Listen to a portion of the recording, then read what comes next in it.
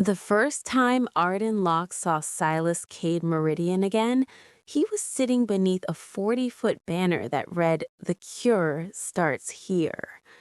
Her stomach dropped before her mind caught up.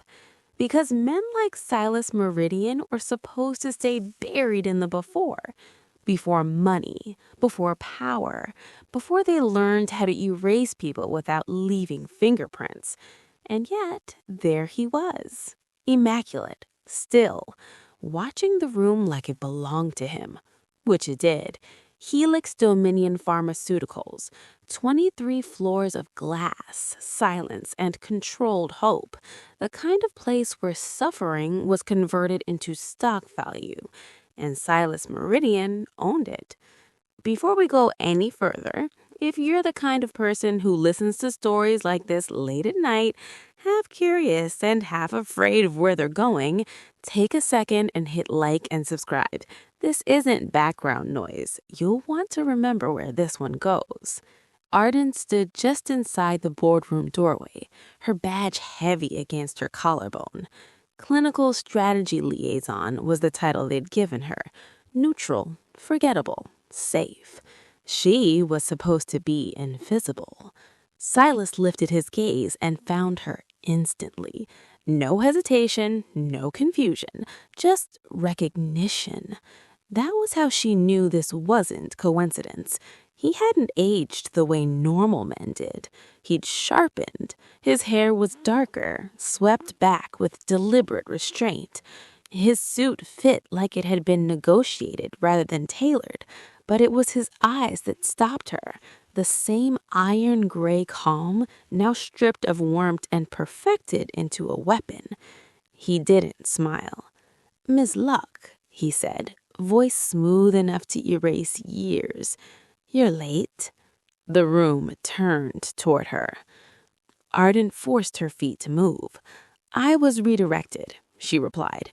Neutral tone, professional cadence. She'd practiced that voice for years, the one that didn't betray where she came from or who had once held her in a kitchen with the lights off because the power had been cut again. Silas studied her for a moment too long. Then he nodded once, as if filing her away. "Sit." She did. The meeting blurred. Slides, projections, market forecasts for HX9, the drug that had turned Helix Dominion into a national obsession. A cure, or as close as the FDA would allow anyone to say out loud. And Arden Meridian knew the data better than anyone in that room. She also knew what hadn't made it into the slides. HX9 worked. That was the miracle. But there were delayed reactions in a statistically insignificant portion of long-term subjects. Neurological drift, subtle cognitive erosion. Nothing dramatic, nothing headline-worthy, but enough to matter if you were the one paying for it. Silas spoke rarely, but when he did, the room recalibrated. Eamon Price, the acting CEO, deferred instinctively. Ione Voss, Helix's general counsel, watched Silas the way chess players watch a board, anticipating consequences. Arden felt like she was sitting inside a memory that had learned how to breathe. Years ago, Silas Meridian had been a strategist with no safety net and too many enemies. He loved her like a man who didn't believe in longevity. Every touch carried urgency. Every promise felt conditional. Then one morning, he was gone. No goodbye, no notes, no explanation. Just a closed account and a silence that rewired her nervous system. The meeting adjourned. Silas waited. That was the mistake. The room emptied until only Arden remained, the hum of the building filling the space where words had been. He stood slowly, buttoning his jacket. "You shouldn't be here." Arden laughed before she could stop herself. It came out sharp, brittle. "You don't get to decide that." "I already did." He slid a folder across the table, thicker than any contract she'd signed before, her name embossed on the cover in silver. "You're being promoted," Silas said, "effective immediately. Strategic interface to the board. Compensation adjusted accordingly. Arden didn't touch the folder. And the catch? He tilted his head. Discretion. There it was. She flips the folder open.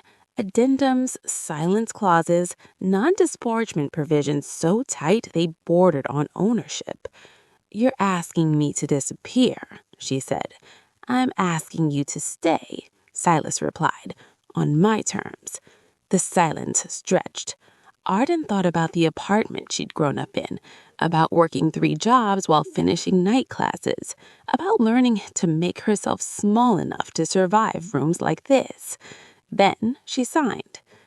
If you're listening right now and you already know this was the wrong decision, don't look away. Tap the like button. Stories like this don't punish you for paying attention. The promotion detonated her anonymity overnight. Press briefings, investor calls, carefully curated appearances where Arden Locke became the human translation of Helixdonian's conscience.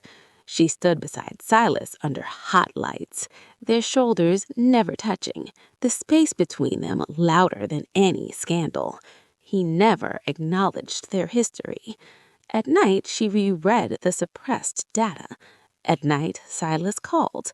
Never before midnight, never after 1. How are they treating you? He asked once. Like an asset, I replied. Good. Another time, you're being watched. I assumed that, I said. Every word you say matters now. So does every word you don't, I answered. Silence. Then, quietly, yes. The first time they were alone wasn't planned. A storm shut down the city. Flights grounded. Elevators stalled. Arden found herself on the top floor, trapped between schedules and weather in an executive suite that smelled faintly of cedar and money. Silas was already there. They stood on opposite sides of the room like combatants. This is a mistake, Arden said. Yes, Silas agreed. Neither moved. He didn't touch her. He didn't need to.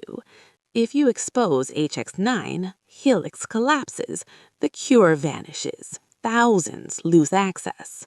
And if I don't, she replied, I become complicit. You become protected. Silas laughed softly. That's what you told yourself when you left. The words landed. Silas exhaled slowly. I did what I had to do. So did I. The storm raged outside, thunder vibrating the glass. For a moment, Arden saw the man he'd been, brilliant, desperate, afraid of needing anything he couldn't control. Quick pause. If this tension is working for you, if you feel that pull between power and regret, go ahead and subscribe. Part 2 is where the consequences stop being theoretical. This ends badly, he said. It already did, she replied. They didn't touch. They didn't kiss. They did something far more dangerous. They remembered. And somewhere deep inside Helix Dominion, the first fracture began to spread. The storm had passed over Manhattan, but inside Helix Dominion, another kind of chaos was settling in. Arden Locke had barely slept. Her mind replayed Silas Meridian's words over and over, like a wound she couldn't let heal. If she exposed HX9's suppressed anomalies, the company would collapse. Thousands of lives, some literally dependent on the drug, could be destroyed. If she stayed silent, she'd be complicit in a lie wrapped in billion-dollar optics. And Silas, the man who had once vanished from her life without a trace, was now everywhere. In her inbox, in the glass corridors, in the news that plastered Helix Dominion across every business channel. He was untouchable, untamed, and somehow impossibly still hers in the spaces where memory and desire collided. The first call came just after sunrise. Arden, His voice was measured, calm, but threaded with steel. They're moving faster than I anticipated. Grant Halverson is pushing the board toward a leak narrative. He wants you to take the fall. Arden closed her eyes and leaned back in her chair. The air-conditioned room smelled faintly of lavender and corporate despair. She had known she was stepping into a lion's den the moment she signed Silas's amended NDA, but this was a predator circling, teeth bared and claws unsheathed. "So," she asked quietly, "do I call the press first, or do I let them hang me in meetings?" There was a pause, and then the sharp inhale that Arden knew better than anyone. That inhale that meant Silas was processing, calculating, weighing not just strategy, but risk and desire in equal measure. "You don't have to do this alone, but I need you to trust me every step. No one can know we're acting together." She stared at the phone. Trust, that word had bitten her before. It had been the bait in his vanishing act, the echo of his past love. But something in her chest, something dangerous, something combustible, told her she would walk through fire if it meant she could finally see him without pretending. "I trust you," she whispered, even though the words felt like they could shatter. The first action was subtle.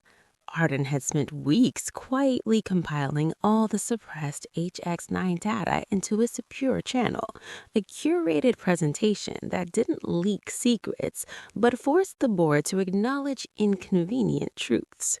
It was the only way to control the fallout without sacrificing the lives dependent on the cure. Silas watched her work, never hovering, but never absent. He was there in the room with her in the way a hurricane is present before it touches land, powerful, inevitable, impossible to ignore. "You're brilliant," he murmured one evening as the city's lights bled through the floor-to-ceiling windows, "and reckless." "I've learned from the best," Arden replied, her voice teasing but sharp.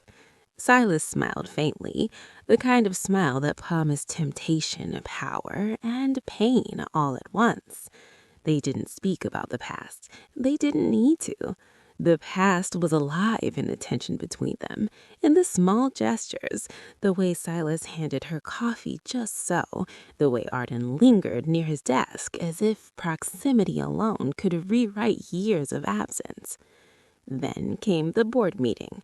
Grant Halverson was there, impeccably dressed, his smile teal-wide, his gaze predatory.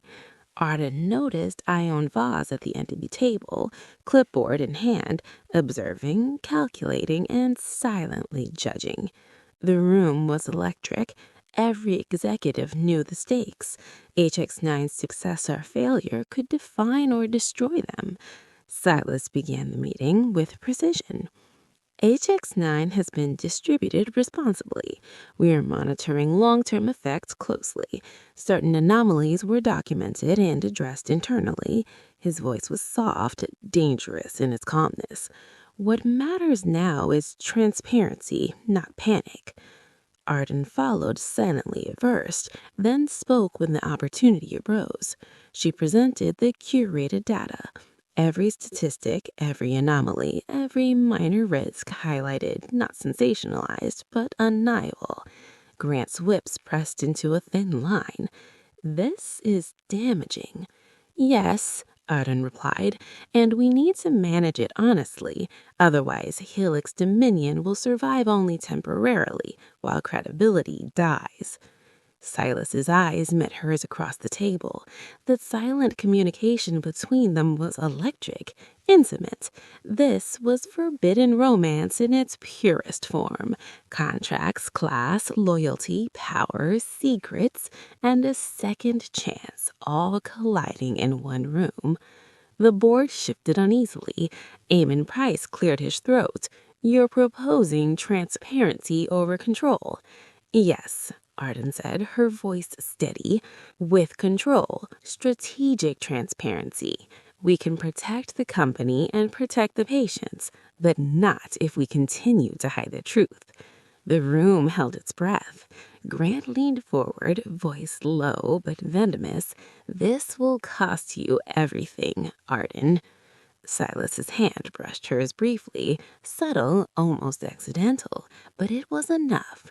Arden felt a charge that no boardroom negotiation could erase. Everything, Arden whispered back, not to the room, but to him. Silas responded with a look that carried years of regret and obsession. I'll bear it with you. The vote was tense. It came down to a split. Transparency under Arden and Silas's guidance would move forward. The board would not be destroyed, but many reputations would be bruised and some fortunes would wobble. Arden stepped out of the boardroom that evening, exhausted and exhilarated. Her phone buzzed. Silas. Meet me on the terrace, the message read. She found him there, city lights shimmering over the skyline, wind whipping the hem of her coat. For a moment, she thought she saw the man she loved in college, the man who had vanished without a word, vulnerable and human. Instead, she saw power, obsession, and the dangerous promise of love rekindled. Silas approached her, close enough to feel the warmth radiating from him, yet distant enough to keep control. You did it, he said. You saved more than the company. You saved lives. I didn't do it alone, Arden said. He didn't answer. He just stepped closer, their breaths mingling in the cold night air. This is insane, she said.